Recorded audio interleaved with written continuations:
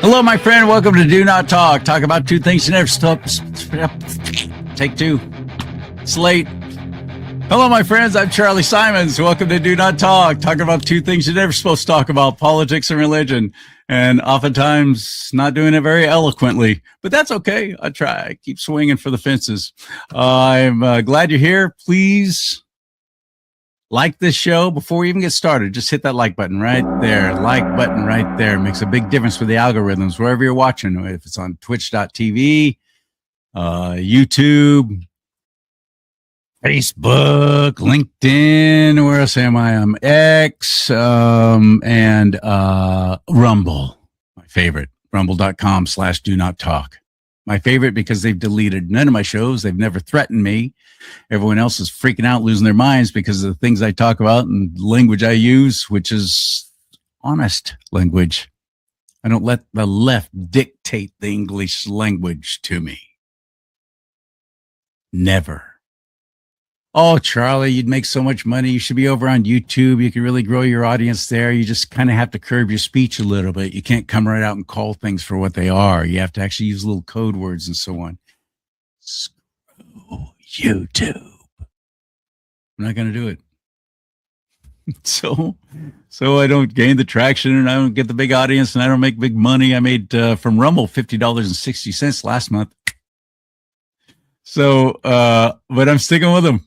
I thank God for them. And they've featured many of my shows as editor's picks, which is always exciting. Recent show I did with Juan O'Savin got chosen as an editor's pick. And it's fun watching the numbers grow.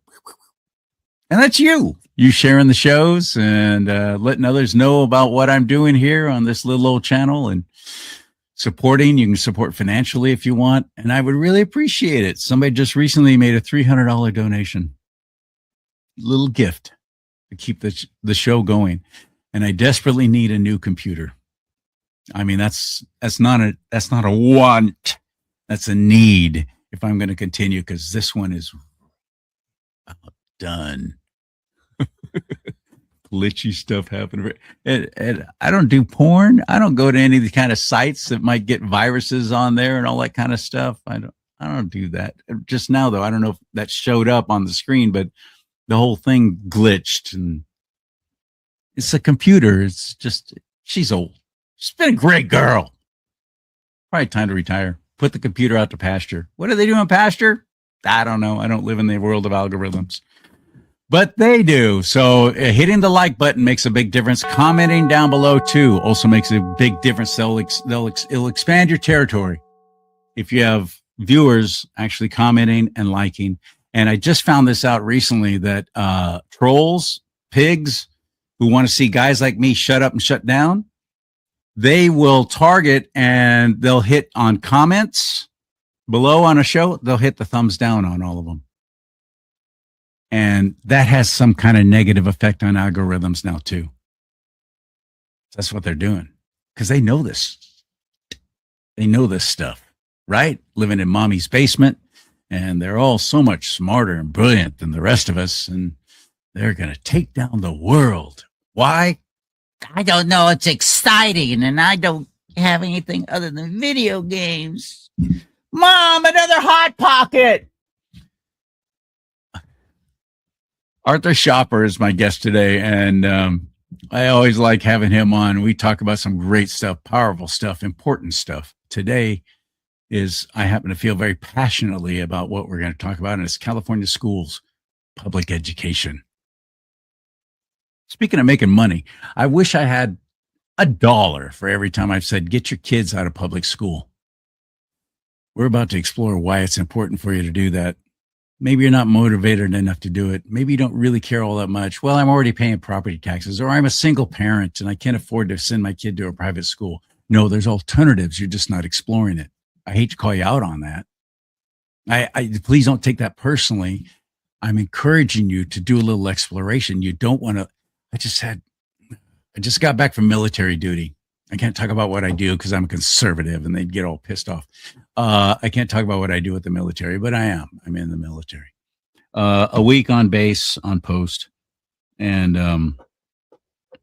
I've become great friends with he just became a lieutenant. Congratulations, buddy. Second lieutenant on his way to first. And he was a non-com for years, sergeant on the sergeant side of things like me. And, now he's impotent. And I asked him how his family was doing. And he was talking about his daughter just starting high school. And I go, oh yeah, where? And he tells me, and I go, and he said, I know how you feel about it. I go, dude, there's so many other options. There's churches, there's Christian churches that offer schools. You just gotta look them up. You gotta search for them. Local Christian church offering education for children. Start there.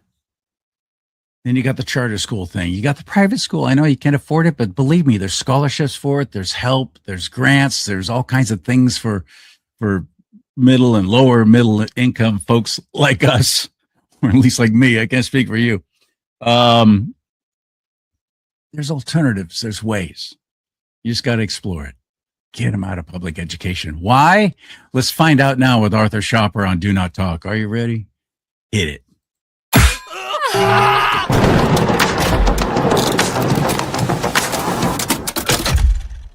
What's up, Bubba?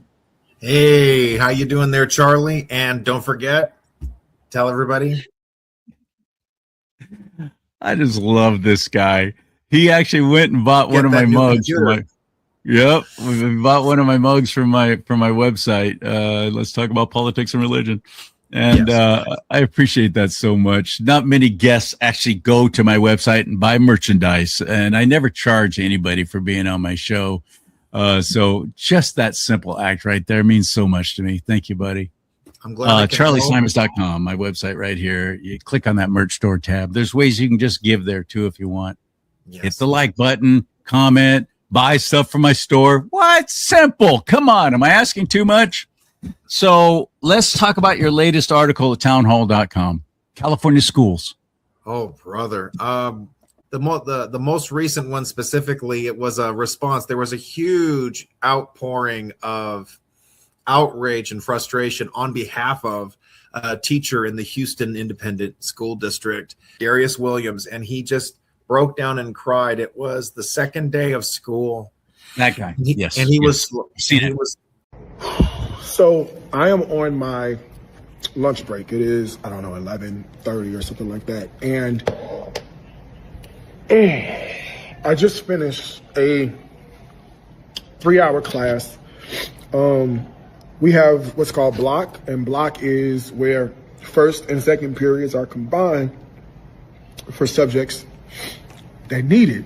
And so I literally broke down in the middle of class because I'm teaching seniors. These kids are leaving high school and going to college, hopefully, after they finish. We had 2 paragraphs to read, 1 sentence complete to write. I gave them the sentence stems. I basically completed the sentence for them in the model. These are 17 and 18-year-old kids, and they couldn't fill in 4 words.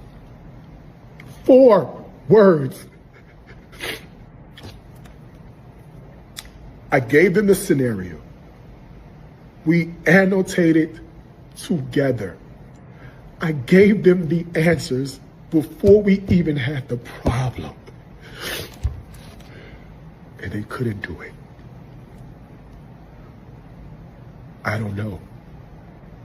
I simply don't know where the problem is. This is only day 2. And I have seniors who simply cannot read and seniors who cannot write.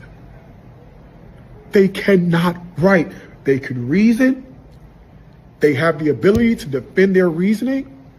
If it's talking to their homeboy, but applying that to a written text, 2 paragraphs, and they couldn't do it. Our young black men, our young brown men, our young black girls, and our young brown girls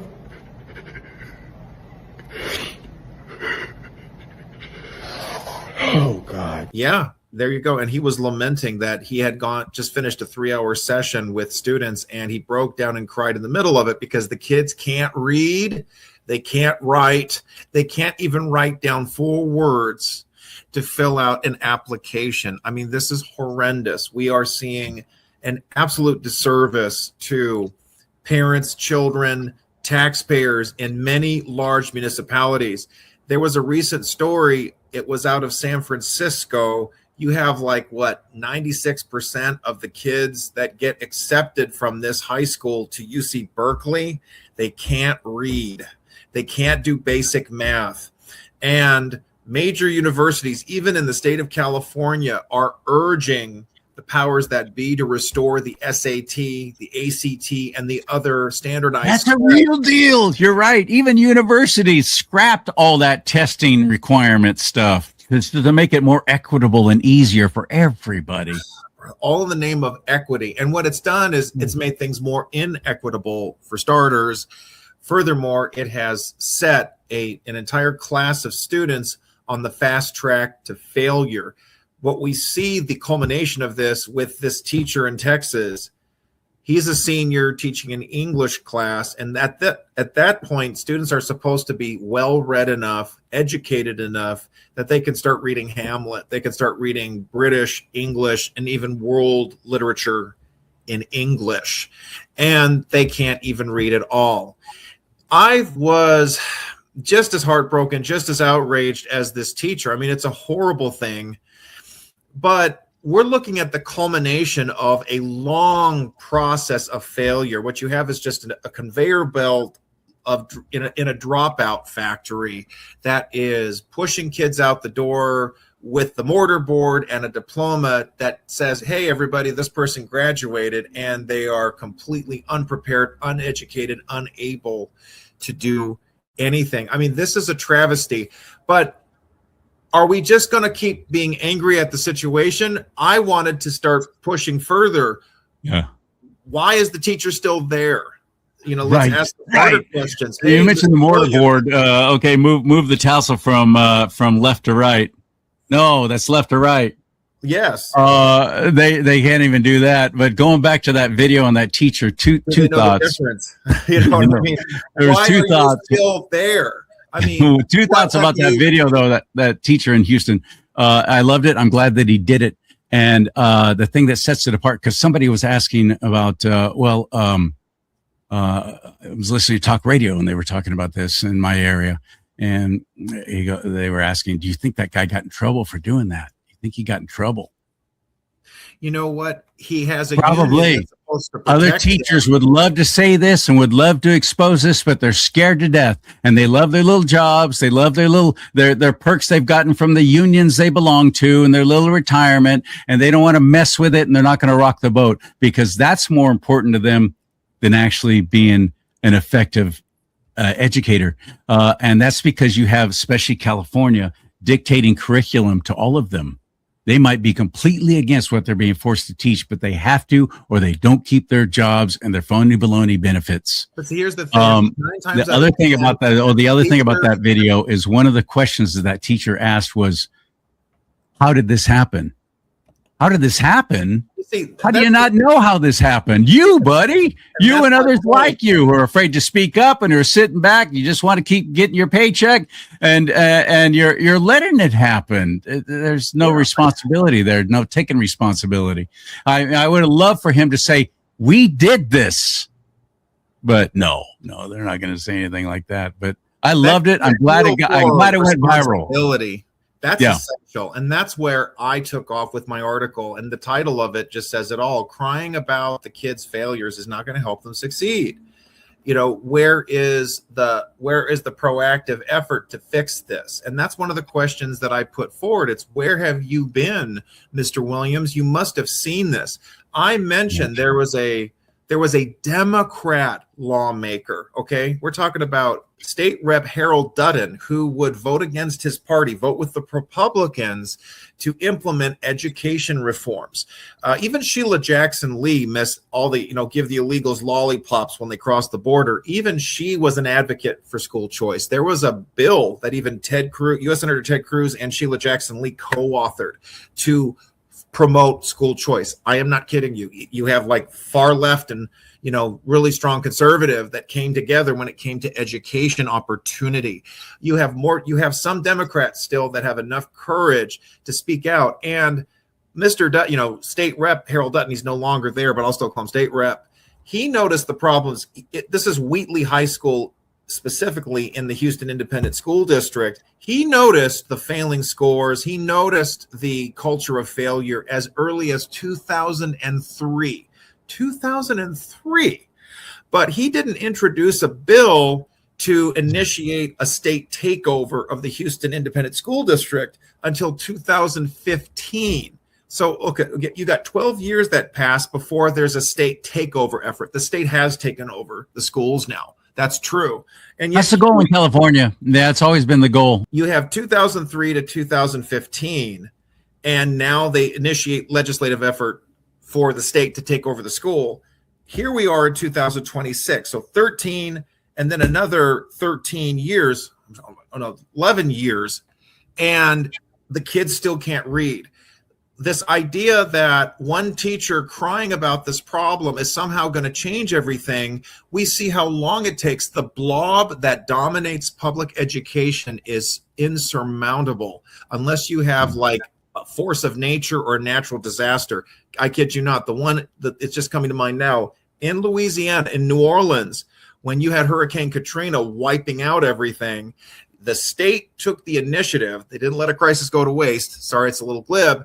And they just reformed the education system. They fired all the teachers and they set everything up on a school choice merit-based system. It took a natural disaster to reform the system. And of course, we have seen the larger reforms, whether it's school choice or cracking down on DEI, LGBT, CRE indoctrination, limiting the power of teachers' unions. All of this has skyrocketed after COVID.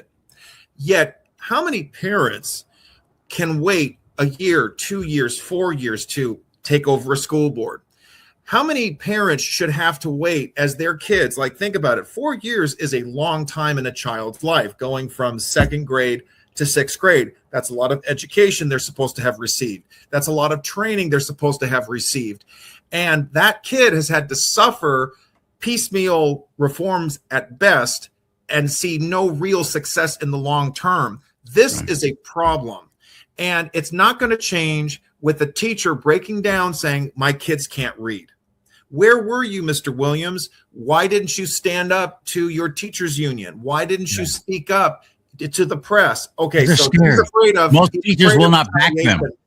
Most teachers will not back them. Their fellow teachers will not back each other.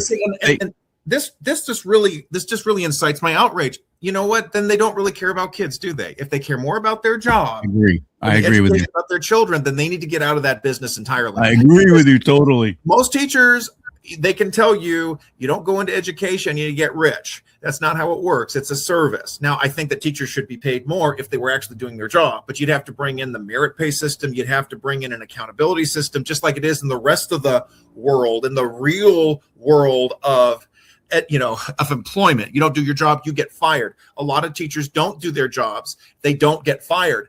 You had mentioned something briefly. What happened to this teacher? I looked it up. I don't see anything published or, there's no media covering that he was retaliated against. Chances are nobody's going to mess with him because it went viral. It went viral. He's African. That doesn't mean later, after fervor dies down, he'll get his. It's a majority minority. It's a majority minority district, and it is bad PR to target a teacher, who's Black or Hispanic. Look, I don't think any teacher should be targeted if they do the right thing. But hey, if you've got a leverage looking at the political climate, use it. But even then, he should have quit by now. At some point, you can't sit there and supervise the failure and just cry about it. That's a comment I also made. The good news, there was an article in the local press there in the Houston area. They have a hard time filling positions in Houston ISD. They can't find teachers. Of course they can't, because teachers don't want to supervise the failure. They don't want to deal with a mass of students who have been taught that they don't have to do anything, and they're going to get a diploma at the end of 12 years, having done nothing, learned nothing, and respected no one.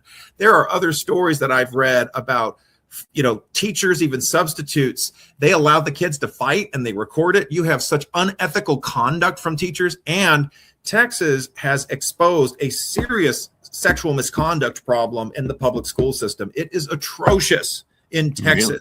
But I don't think it's just Texas. I think California has the same problem. I think that Florida has the problem. New York has the problem. It's just that Texas grassroots activists and conservative media like Texas Scorecard, I want to give them a brief shout out. They have made it their mission to document and expose every time that a Texas teacher is busted, arrested, convicted for sexual misconduct. And it is startling how often it's happening. Breitbart has done stories about it, that there was a record number of teachers going to jail for sexual perversion with students. Greg Abbott, the governor, issued hosted a recent press conference saying, we must crack down on this. We need harsher penalties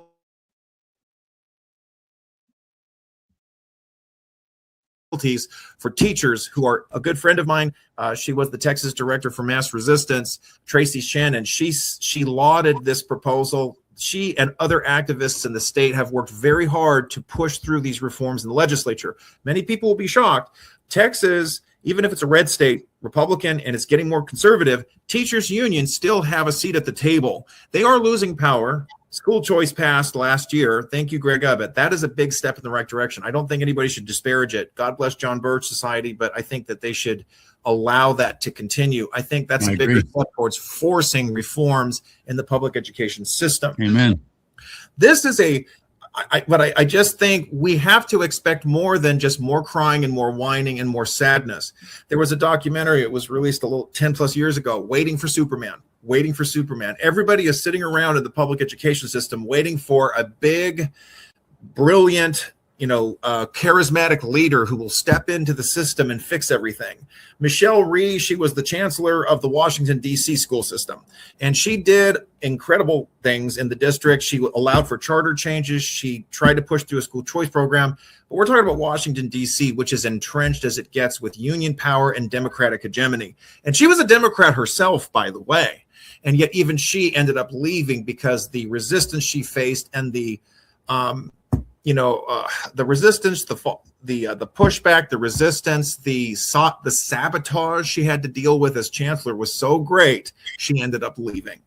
And this brings me to a point where I think a larger discussion is needed in this country. I flirted with this 10 plus years ago. I said maybe there's two V's for victory when it comes to public education.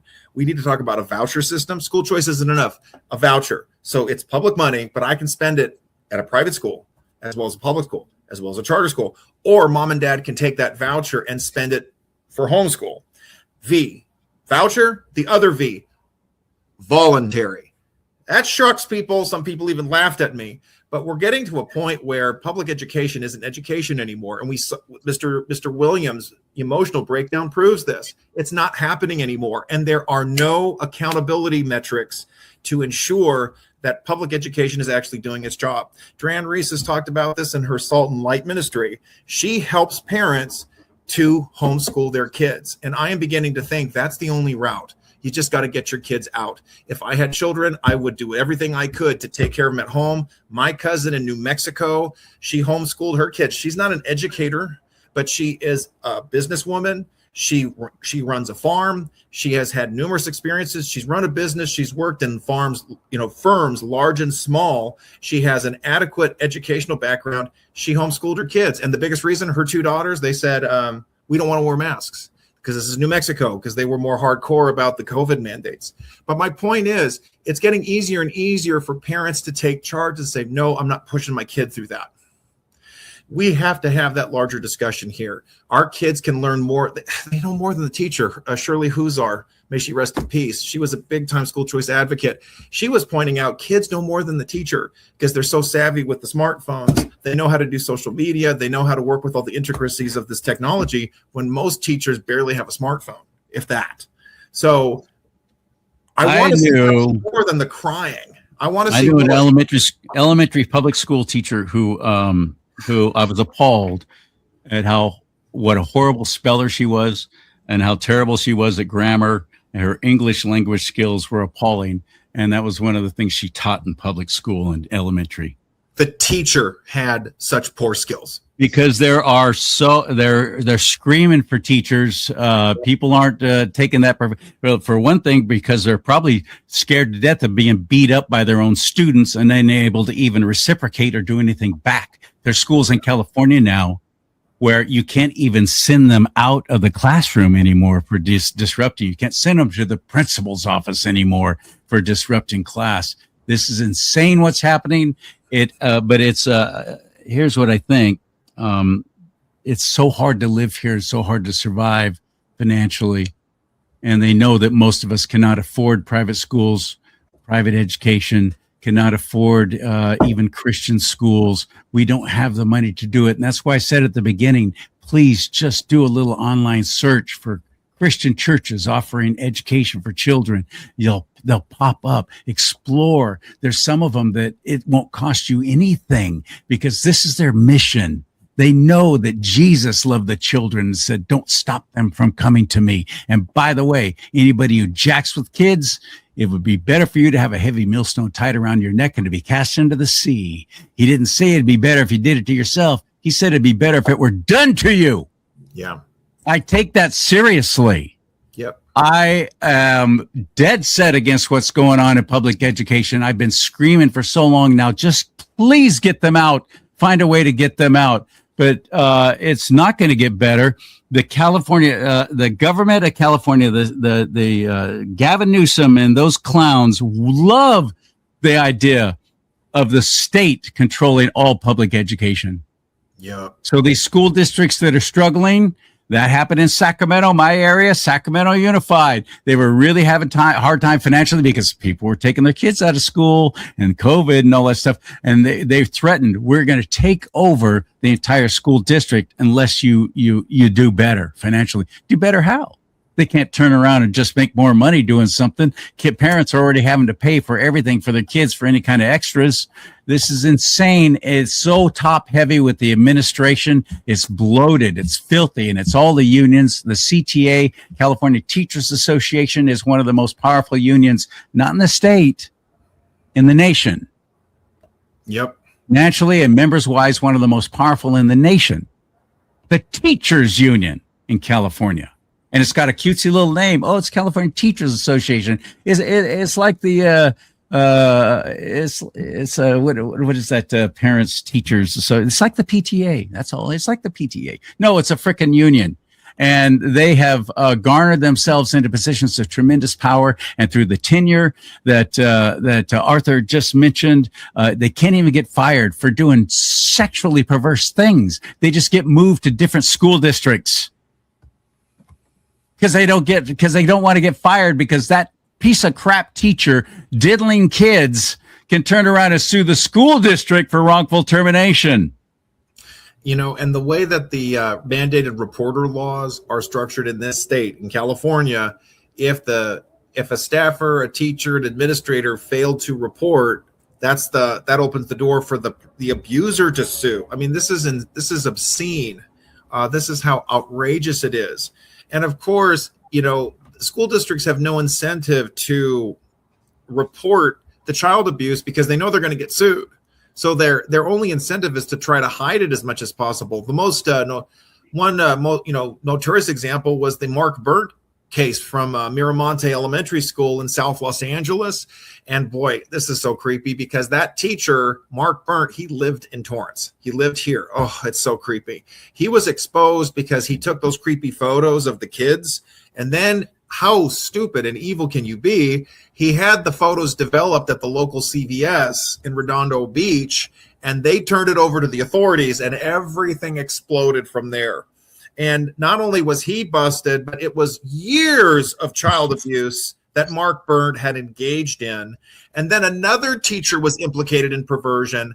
The superintendent at the time, John Daisy, he decided he removed every single teacher from Miramonte. He took them all out and brought in substitutes for the rest of the year. It was such an immediate necessary stopgap measure to ensure there would be no more child abuse. I mean, it's just unbelievable. You see these outrageous cases emerge, and then there will be a couple more teachers that fall, and then everything settles down again. Because at the end of it all, that blob, the educational bureaucracy, whether it's the janitors union, the administrators, the teachers union, yes.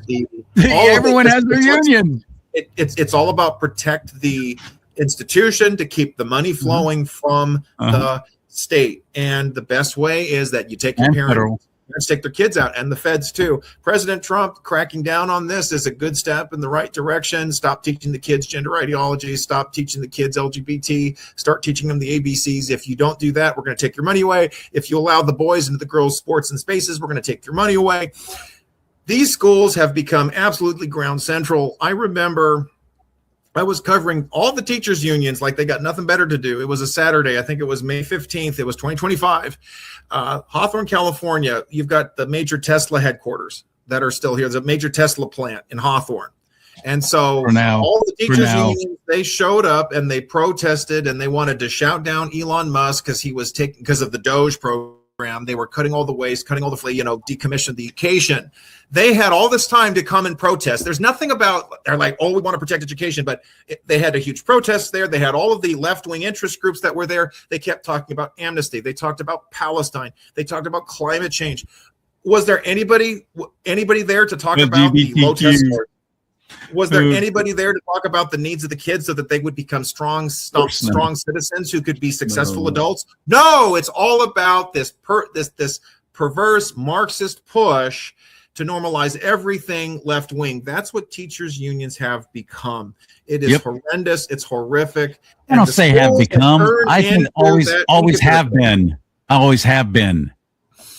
They've shown their true colors. This is who they've been all along. Since the 1950s, for sure, when they put in place laws where, it was no longer a spoil system. That was all taken out. Taking prayer out of school. But, beforehand, there was the spoil system. Maybe we should taking go back. Bibles out of the library. You're the wrong party, you're out. You know what I mean? It's, at least you can fire people more quickly, but I don't know. The technology is there. We have the opportunity. And you want to talk about, I want to get to this specific topic. I have a friend of mine. Her name is Shonda Lobato. She works as a special education advocate. An entire profession has emerged to deal with public education, because you have parents, they have children with special needs, whether they're autistic, whether they have multiple deficits, whether they're emotionally disturbed, they're ADHD. They are required by federal as well as state law to receive specific individual education plans. There are supposed to be resources plentifully available to these children. And guess what? The parents with their autistic kid, they face nothing but roadblocks. They face nothing but legal hurdles. This is another article I wrote. This was a week and a half ago. Special education failures in public education. They are the norm, not the exception. It is staggering. I have heard story after story from parents. I had a friend of mine who lived a couple blocks south from me. He had a daughter with multiple deficits. Now, by law, public schools are required to provide an education. Now, they don't get a lot of money for the special ed kids. It's a greater cost. It's a greater liability. There's a lot of issues. So school districts, which are never held accountable, nobody gets fired, nobody goes to jail unless it's really egregious and it's found out in the press, they have every incentive to stonewall and block and frustrate the parents. It is stunning to me. And they wait for the fervor to die down, or the media to die down. But I want to speak to the whole legal challenge. It is stunning. Parents will go to court over and over again to demand the resources which they are entitled to by federal and state law. And yet nobody's held accountable, because it's the school. You don't sue the principal, you sue the school. You don't sue the superintendent, you sue the school. It's the school that has to do it. So individuals and their bad actions are never held accountable. This was an egregious example that happened. It was in El Monte Unified School District. You had a little girl. She was doing pretty well at home. during the COVID lockdown stuff. She was willing to learn. She was bright. She was able to understand stuff. Her name was Adriana. But as soon as COVID dissipated and all the lockdown orders went away, she went back to El Monte Unified in the elementary school programs. And she had nothing but problems. She had sensory issues. She would act up in class. This was unusual conduct. And over, the parents would say to the school district, you need to give our child a test. You need to give them an assessment. I think they have a learning disability or something to that effect. Well, they were finally able to get the tests done on, by a third party. And it was determined their daughter, Adriana, had autism. She had learning issues. She was able to do well at home because it was a safer environment and the parents were there for her. But the teachers, the school, the principal at the elementary school in El Monte Unified, they did nothing. They refused to help her. Instead, they would just discipline her repeatedly. She acted up in class. She threw something at the wall. They would make her stay in class. They would withhold her from lunch. They would withhold, and that's illegal, actually. You can't do that. The kid can have lunch in class, but you can't withhold them from having This is bizarre. This is completely the opposite of what I just said earlier about teachers are not even allowed to punish children, can't even send them to the principal's office anymore. How are they able to get away with this? We're dealing with elementary school kids, so it's a little easier to be overbearing. It's a little easier to get away. They're smaller. And, I've taught all grades. I taught, from first grade to 12th. And, elementary school by and large is a little easier. You're taller. You can usually get, do this, do that, unless the whole class is crazy because the main teacher is not running the class well. So this was a routine problem. Shonda went to great lengths to be an advocate. It has now gone to court, which they are presumably going to win. But look at all the time that has passed. Okay, we're talking like 2 or 3 years now.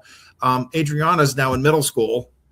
What education has she received? Has she gotten any resources that she actually needs? And even when the parents are vindicated in court, all the time has passed. Are they supposed to make up that 4 or 5 years of learning then in 1 year for a kid? I mean, this is awful.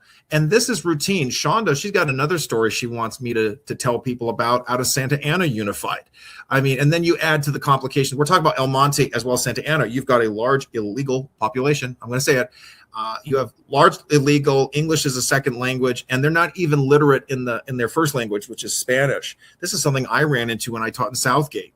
You had kids who couldn't even, they could not read English. They could barely read Spanish. They don't have numeracy or literacy in their own language. And then there's English. And I was a French teacher. I was supposed to be teaching kids a third language, and they can't even read in their main one, and they can't read. Oh my goodness. And this is a routine failure. I talked about this in another article. California schools are routinely failing. I would have English teacher colleagues of mine. Their kids were sitting in their class, junior year, senior year English teachers, just like Mr. Darius Williams, and the kids could not read. They went over those teachers went over the transcripts of the kids in their classes. They had been pushed ahead. They just were automatically promoted 6th, 7th, 8th grade, even though they were getting straight Fs. This is a travesty. And you know what? More teachers do need to speak out, but more importantly, more teachers, instead of going on strike because they want to talk about Palestine or LGBT, they ought to be going on strike because they can't teach their kids, because they can't discipline their kids. Let me tell you that story. This is stuff I didn't have a chance to write about. I have the town hall here. My state assemblyman is Almer Atsuchi. He's the creepy groomer who is the chairman of the Assembly Education Committee. So he has to pay his dues to be the chairman of that committee. He wanted to be the next superintendent of schools here in California. Thankfully, he got stomped on in the primary. So there is some good news. There's a silver lining. But in a town hall that we had 2 years ago, there was a teacher here in Torrance, and she was sharing how she's afraid of her kids. She's afraid of them hurting her. And she's not able to take control of her class. And she's asking the assemblyman to help her. But what was interesting is I was sitting there and I was like nodding my head, showing support for her.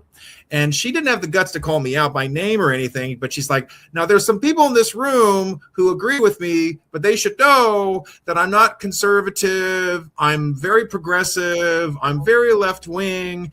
And I was thinking to myself, that's why you have the problems you've had. You have voted for this, lady. You voted to have a class. You have made this. Yep. You voted for this, and now how telling is that about how prevalent it is? She knows that all of her other fellow teachers and administrators are like her, so she's going to point that out so she's not targeted. However, I think maybe Arthur has a point, but no, that shows you how prevalent it is in education, public and education. They are fomenting it. They are part of it, and I pivot back to Darius Williams.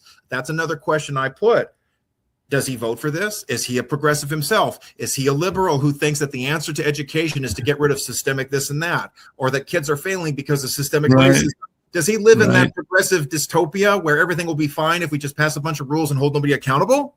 Or is he a common sense individual who wants to see accountability? And we don't know yet, but I will bet you anything that Mr. Darius Williams is probably a liberal. That he's one of those bleeding heart types that I'm going to go in there and I'm going to change the kids because I'm just going to love them into fullness when there's no order, there's no accountability, there's no discipline. And you can't really show love if there's no order. Students will not respect the teacher if there is no follow through, if they don't listen. This is a huge problem. And again, where my article started with, okay, you're crying. What do you want to do about it? This is not going to fix the problem. Now, there is a silver lining of sorts to this entire mess. This was an article I wrote 2 weeks ago. California schools are going broke. No surprise. No surprise there. Of course they're going broke because you know what? Parents are taking their kids out. Parents are taking charge. They will not allow their children to be indoctrinated, to be held back, or to be abused. They won't tolerate this. Unfortunately, though, it's still a much smaller percentage of all the students that are in school.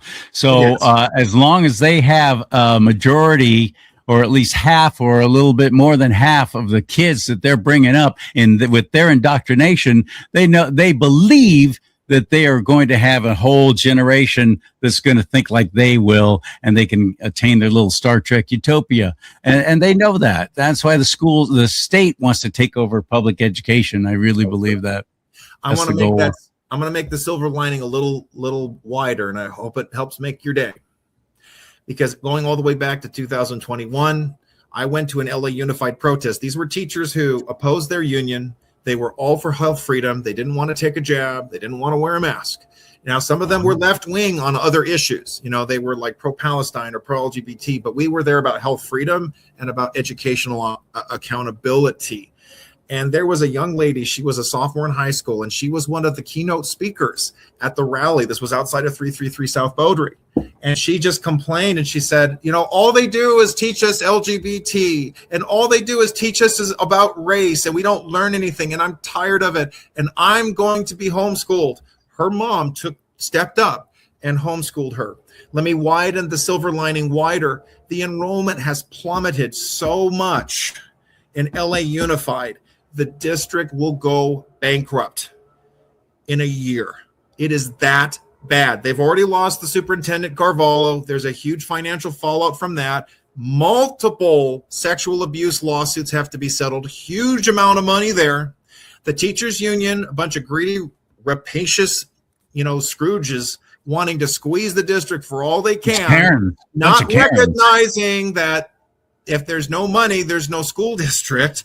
And, I think this was in 2017, 2018, the last time there was a bond floated to help LA Unified. It failed.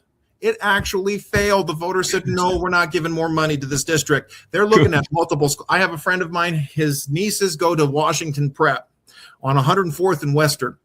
And that school's enrollment has plummeted to 1,000 students. That is a third of what it used to be 20 years ago. Dang. People are fleeing LA Unified. They're moving out of the state because they can't afford it, sure. But they're also taking their kids to Downey Unified, Norwalk, anywhere else where they know their kids are not going to get jumped and beat up or, God forbid, even killed. Oh Lord, let me take a brief detour. I worked at a marketing firm. Oh man, one of my colleagues, she was Filipino. She went to Narbonne High School, and she never forgot this. When she was a junior in high school, this is probably like it was like 10 years ago at the time, her friend got jumped and beat up so badly, he died the next day. He died the next day. You have kids that get killed in the public school system. They're not safe. And I was an observer when I was getting my teaching credential. This was like in 2004 going into 2005. There would be threats of gang violence. Half the classes wouldn't show up. I was in a history class observing it, and like 20 seats were empty. And then on top of that, you had like 2 or 3 kids, they were asleep. And the teacher, he had no other recourse. So he'd take out his Polaroid, take a photo, and post it on the wall just to kind of make fun of him. And he had a wall of Polaroids of the kids who had fallen asleep in class. This was 20 years ago. So the kids probably turned it into a badge of honor. It was probably something they bragged about. Then what else can you do? Because, if you have a hard time trying to manage a class, the kid falling asleep is a lot better than the kid throwing things at you. So I can give the teacher a little bit of credit, I guess, especially. And this was, you're bringing up the point about how teachers cannot send kids out. Yeah, you can't. That's like technically that's a suspension. You cannot suspend kids anymore unless they actually physically harm you. And what happens? Kids know they have more rights than the teacher. They raise hell. They take over, and there's no learning. I remember talking to a parent. This was out of Oceanside, California, and the history teacher had basically given up on teaching, in part because they can't manage the class. So it's all LGBT, be yourself, let's have parties. That's part of the reason teachers are doing this. Doesn't let them off the hook. Don't get me wrong. But this is part of the reason why teachers are just making it a party every day, because they can't do anything else. Because if they try to push, if they try to pajama day, every Friday is pajama day now. There you go. It's pajama day. It's watch a movie day. I mean, we're not kidding. We're not making this up. We're not. No. I mean, I personally saw this. Oh gosh, it's nothing but babysitting. If even that, it's more like, and the babies want to sit on you. That's what it comes down to. That's what it is, babysitting. The babies want to sit on you, and they're not. They're 17-year-old babies. They don't have the maturity of an adult or a young adult. They act like children. Right. They throw a temper tantrum, and they'll throw things at you if you don't go along with it. Oh my gosh, this is what it is, and we need more people who have the guts. Teachers have to quit. I think this is the only way out, and it is a scary thing. I understand, having or not having a job, it's tough. But to Darius Williams, if you really care about the kids, then you need to leave. That is the only thing you can do. I will not enable this. I cannot be a part of this anymore. I'm out of here. And I do believe private schools, charter schools, it can be done. But until if the district in your community is not teaching your kids, if they're interested in activism over academics, if they spend more time protecting bad teachers than protecting good students, you got to take your kids out. This is the way that you start bankrupting, bringing them down, because teachers unions are going to have no matter how crappy the state of California will be. I don't think, even Governor Becerra, I'm sorry, Steve, I don't think you're going to make it. Even a Governor Becerra, even a Governor Newsom, they cannot justify to an electorate, I'm going to send money to schools that are failing and keep paying them not to teach anybody. I just don't think it's going to happen. Teachers unions, they don't have power if they're fired. This might be a thing that breaks the teachers unions, is that the schools collapse on themselves and the unions have nothing to organize about. They won't have a reason to coalesce. I don't know. These are some possibilities. You even have people like Antonio Villaraigosa, who had floated a constitutional measure that you have a right to an education, which would, underneath all of it, force the schools to allow for choice, would end up breaking up the tenure laws, because the children have a right to an education. So you can't get that away, or you can't undermine that. I don't know, but the bottom line is this. Public education is not public because they keep secrets, and it's not education because the kids aren't learning. And it is time for a rigorous pushback on this. And if it means you take your kids out, then that's what you have to do. 3 articles I've already written. I'm surprised, one after another, and Town Hall has taken them all up. Normally, I wouldn't go into the education line. There's so much we could be talking about. And I think Trump deserves a lot of credit. He's not getting enough when it comes to education reform, having a school choice program, which even Democrat states have jumped into because they know education is so bad in their state and they hate their unions. Kathy Hochul in New York, she hates the teachers union because they hate her. They're taken over by the DSA Nazis. They have taken over, so they want her out. So she's willing to push back because it's her only chance of holding on to the governor's seat. This is what we need to see. I think, what is it, Dan Stein or Dave Stein, who the governor of North Carolina, I think he jumped into the school choice program. Something like that happened. But there has to be a real ground truth moment here. Mr. Williams, we're sorry that you're sad, but crying isn't going to solve the problem. It's not going to protect the kids. It's not going to help the education system. It's not going to fix this. Yeah, we're sorry that you're sad. Uh, what is? Can you think of any example of something that's socialistic that the government controls and the government runs that is successful and actually turning a profit in any country, not just the United States? Can you think of anything? Amtrak comes to mind. Dismal failure, loses millions and millions, even billions of dollars every year. Horrible. Social. They socialized the railroad system because the Southern Pacific and all the other different railroad companies were realizing there's not a future in travel for people, and with trains we're losing money. We're just going to quit doing it. Oh, what's the brilliant idea? The government will come in and do it. We'll take over. It's failed. Everything that's socialistic fails. It just does, because eventually you run out of other people's money. And in California, I've known that this was a socialistic, almost communistic education system since I myself was in high school. I figured it out. This is bad. This is ridiculous. I don't think people even realize how bad it is. Everything I know myself, believe me, I did not learn in school. I learned on my own. I learned after I got out of that centrifuge of crap that they just keep spewing out, and it's only gotten worse. And the teachers now, you used to have some with integrity, but I'm telling you, those got fired during the whole COVID shutdown because they wouldn't take the shot.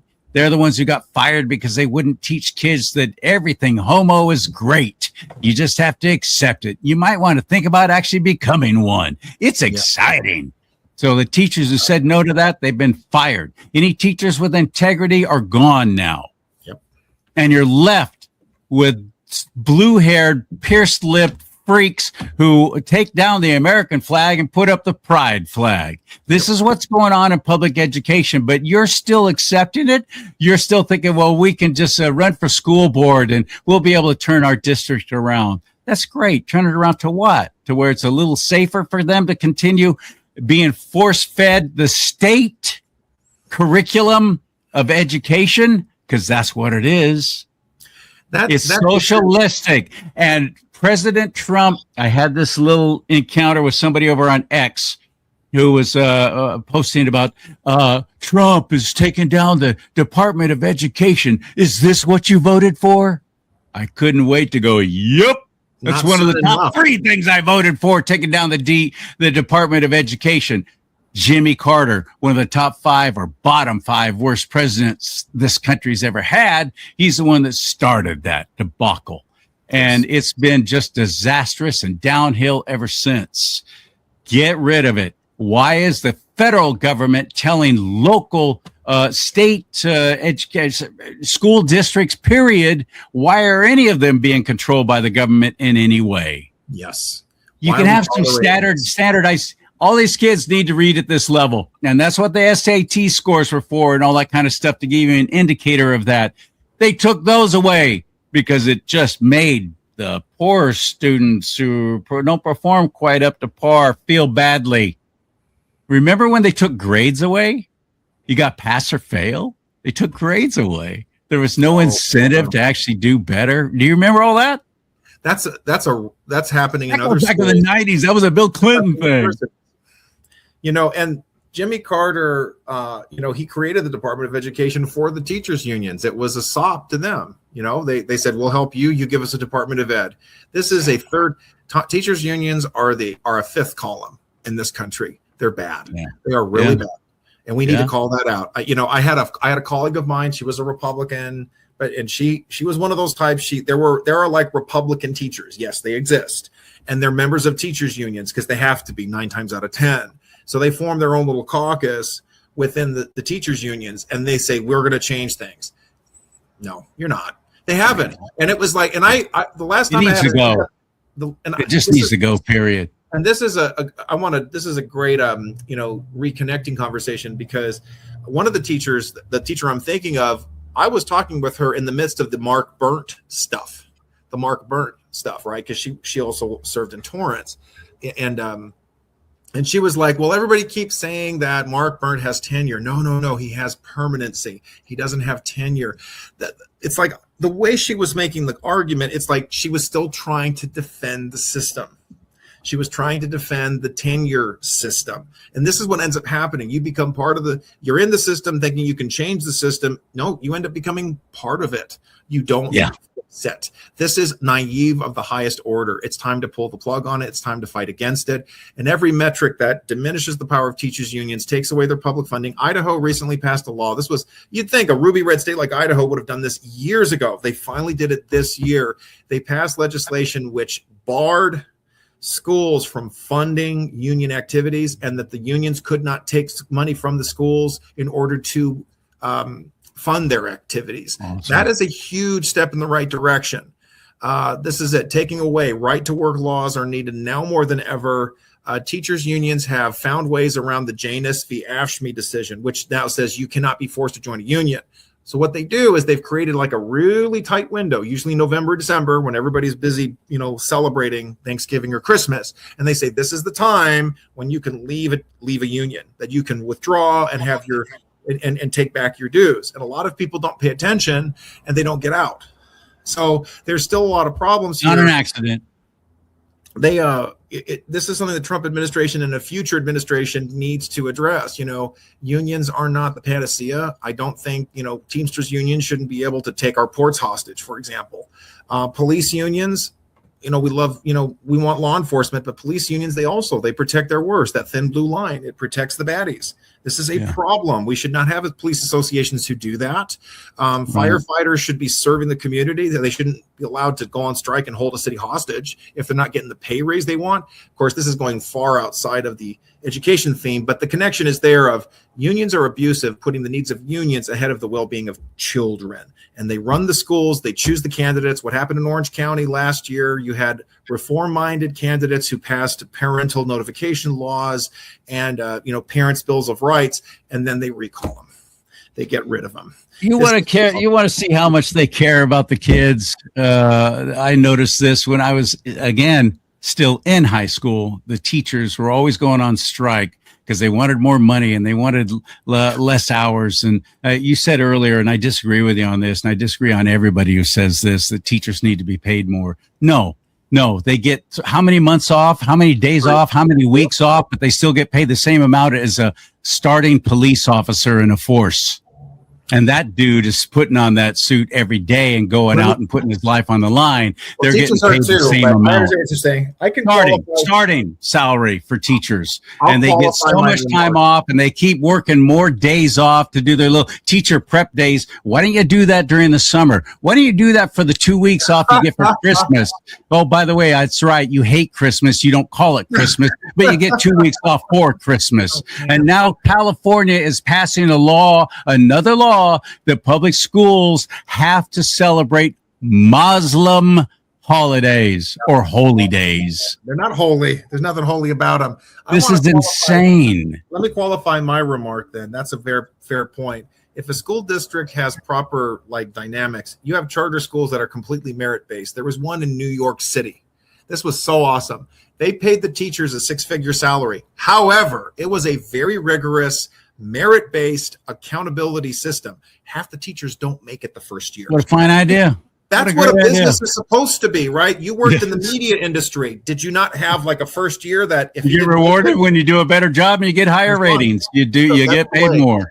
Better pay, better accountability. And that's the other thing. Teachers unions don't want merit because they want all the teachers. They don't care. They just want them to be union members who will pick it on that line and will vote for the politicians they want. And they always went on strike at the beginning of the school year. That was the point I was getting to with the whole going on strike at the beginning of the school year. You could have been negotiating during the summer, but oh no, you were too busy having a hootenanny down at Puerto Vallarta while you're getting paid not to teach because it's your days off. And then they come back and they go on strike right at the beginning of the year when the school district and the schools are like, crap, what are we going to do? And we're losing out on federal dollars because we don't have butts in the seats because no teachers are showing up. They don't freaking care. That's I think the bottom line of what I'm saying. I'm just agreeing with Arthur. They don't care. They don't care about the kids. I don't care how nice they are when you go to parent-teacher night. They just don't care. They don't. And you have teachers that are becoming increasingly arrogant. They think they know better than the teachers. They have no problem lecturing the teachers know better than the parents. Yeah. They think they lecture the parents. They openly put up signs. If your parents aren't supportive or affirming, I'll be your dad. I'll be your mom. Really, they're a bunch of groomers who want to abuse the kids and push them into the LGBT closet. It's so disgusting. I got to ask you a question. You're talking about Sacramento. Did you go to like Natomas Unified, or which school district was it? Well, I grew up in Bakersfield. But you grew up, okay, so, and Bakersfield, unfortunately, not much better, because no matter where, you could be in the reddest of red states, but a school district is like a sea of blue because of that Marxist takeover. But speaking about the Sacramento area, it comes to mind, Natomas Unified. This was a scandal 4 years ago. You had that creepy Antifa teacher. I don't know if you remember this. And there were flags. An Antifa flag in the classroom. You had every parent in the community screaming at the school district. And how did the story end? That teacher was given severance. They couldn't fire him. They could not fire him. He was released with a severance and the back pay, and they recommended him for another job. It's like, this is a problem here. God bless, Project Veritas. When James O'Keefe was there, they went to great lengths to expose this creepy teacher. But what did it accomplish? Okay, so it was 2 months of drama and screaming and yelling, just like Darius Williams crying, social media, blah, blah, blah. And what changes? Just like I said earlier, they know. The left knows. All they have to do is just wait it out. They have built themselves into such a position that they've protected their phony baloney jobs. And to quote Mel Brooks, their phony baloney jobs, Mel Gibson. And they know. They just wait it out. That's all they have to do. Oh, this'll die down. Okay, we'll let one conservative win the school board race. Okay, and then we'll just shut them down and shut them up and not let them be effective in any way. Sorry for interrupting. I'm going back to the Thomas situation. It so burned me up when I read about this. I wanted to follow up on it. His name was Gabriel Geip. Boy, he looked like a total soy boy and a total creep. He had the LGBT commie flags. He was pledging allegiance to Antifa, all that stuff. He got 3 years pay. 3 years pay. Yes, and severance. Wake up, folks. I'm so sick of this. Now this is and like another job. He got another job. Thank you. In fact, New York Post, they did an article on it. They found him partying at a cafe. It's like his life is just fine. His life is going to be just fine because there'll be another creepy school district that will snap him up and have no problem doing it because they want to be a part of the solidarity with the left-wing cause and fighting against the fascists, quote unquote, even though they're the fascists now. But this is like my shout out to conservatives, to the conservative press, the conservative media, the conservative whatever. They find a crappy teacher, they expose a crappy teacher, and it's like, is this really solving the problem? We have to start asking some larger questions. What do we really want to accomplish here? Are we looking for a grift, or are we looking for a juicy story so we can get 2 months of coverage and traffic on our websites? Oh, it is, brother. Really I'm guilty of that. I just had a little twinge of guilt right there when you said that, because I realized I didn't do any follow through either.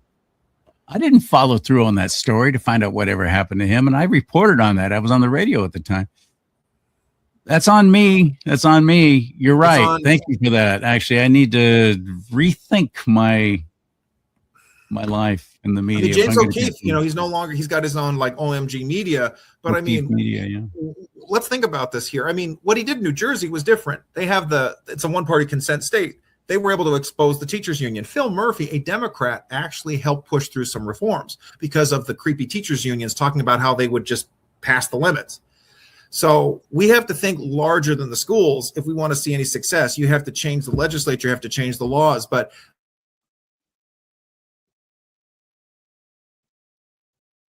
again, moms and dads, action cycles so that their kid can get a better education. No, their kid needs a better education now, and they should not have to wait. I get the school choice move. Let's keep pushing that. But I think a voucher move is essential. I think Wisconsin has a voucher system. You have the money. Your kids can go with the money. Go somewhere. You had Keith Hardine's a good friend of mine. He works with Miss Ashley Gilliam. They're very big on a voucher program. They were trying to get, I think they've done something like this in Arizona. The money follows the kid, including it's a voucher. That means you can go to private school. I am okay with that. Milton Friedman, Mr. Free Market, he says, look, education has neighborhood effects. So if you're going to allow government money, he was willing to tolerate that as long as there was complete choice. There must be a complete 100% choice, and choice also must allow for freedom to teach. You can't have the wokeness being mandated from top down, because otherwise, even with school choice, the kids still have to learn the wokeness. You got to get rid of that. The other thing too, and my only hopes is that you've got individual school members like the ones in Redlands and the ones in Chino Valley. They have to form their own co-op and start rebelling against the state. Are you going to shut us all down? Bring it. They have to help out Temecula Valley, but we need to see a real concentrated effort to make that work. And once again, I'm a parent. Do I have time to wait for all these school districts to come together? No. I want and even the good members of these school boards, they're not getting paid, or if they do, it's a very tiny little amount for their time. They're not getting paid. This is volunteer. They have their own lives, their own runs, their own businesses, and their own families to run. They're serving. This is a service that they're providing, and thank God for them. But the left, they love their little phony baloney jobs and positions of power, and they run for all this stuff again and again and again, and eventually they get in.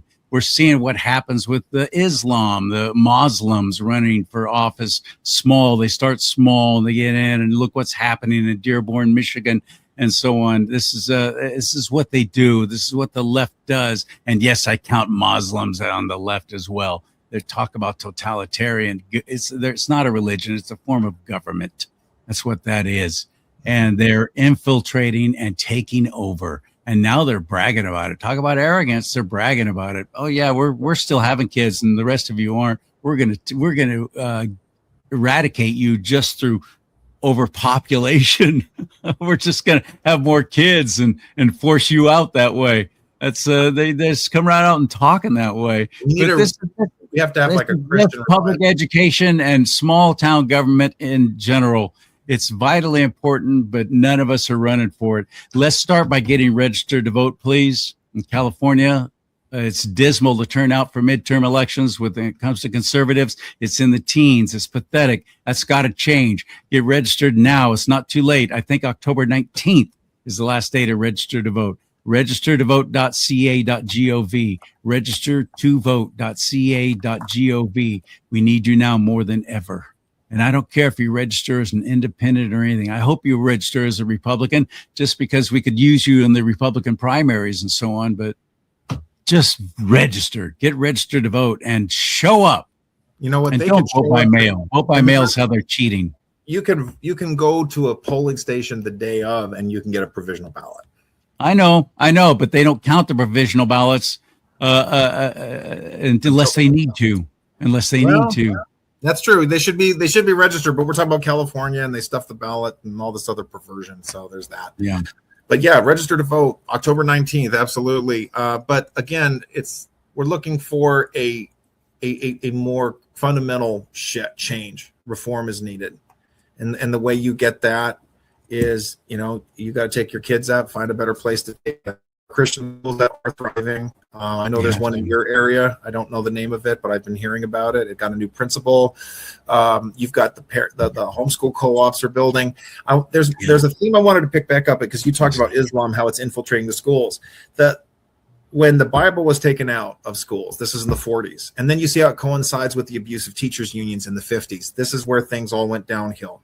You take out the Bible, you take out saying the Psalm 23 at the beginning of the beginning of every day, and then look what happens. So we have seen the moral order taken out of the schools, and it's been replaced with corruption and evil. Is it any surprise? What do you do when you're surrounded by so much? Take your kids out. I think this is the theme that needs to be more prominent. I hope so. I hope you'll follow through with that if you have school-age kids in your life in any way. Yep. Thank you, Arthur. Where do we find you? How do we follow what you're doing, Arthur Shopper? I got a Substack, Arthur_Shopper. I finally got a Substack. Everybody was telling me to get one. My blog spot is still standing strong. It doubles everything I print there. And I'm also Instagram, X. It's all, I'm still up and running. They haven't taken me down. It's all good. There's lots of ways to reach out to me. Right on. All right, my friend. Talk to you soon. Thank you again. Thanks for having me. Read his stuff. Read his stuff. He's a great writer. Great writer. He's just a blessing that we have a guy like him with his mind on our side. Using what he's been blessed with for good is a great thing. Thank you so much for your time. And may I encourage you to do something. I talked about liking the show and commenting and how it'll help promote with the algorithm thing. But that QR code right there, that will take you to a website called Nueva.com. Nueva is Spanish for new. It's all American-made products, very high-quality products. They insist on it. It's only about a year old, this startup company. It's only online, but it's health products and great stuff, too. I'm taking it now. This is one of the things I'm doing. This is a probiotic, Nueva Biotic, strawberry flavor, and it's a little packet. You tear it open, pour it on your tongue like Pop Rocks and let it dissolve. And I'm doing that. I'm doing several things. Like they've got this powdered green mix, and it tastes great, unlike so many that taste like grass. I'm just really impressed with them. I'm really impressed with them, and I'm seeing the results, and I'm losing weight. I'm drinking this one. It's sauce. This teaspoon of this sauce. It's got all these special ingredients in it, and I'm losing weight. And I got so much more energy, clarity of mind and thinking, and I'm really. And it's not fake stuff. It's not taurine. It's not your energy drinks. It's none of that. Just go to that. Go to that right there, please. That QR code. Click on that, and if you use my name as a promo code, you'll get yourself a little 10% discount on products. CharLee Simons, CharLeeSimons.com is my website. You can get everything there, and you can even buy merchandise like Arthur showed you at the beginning of the show. My big old 15-ounce coffee mug there. Let's talk about politics and religion. I got that, shirts, hats, all kinds of stuff. May God bless you and keep you. May God bless America. But most importantly, America, bless God.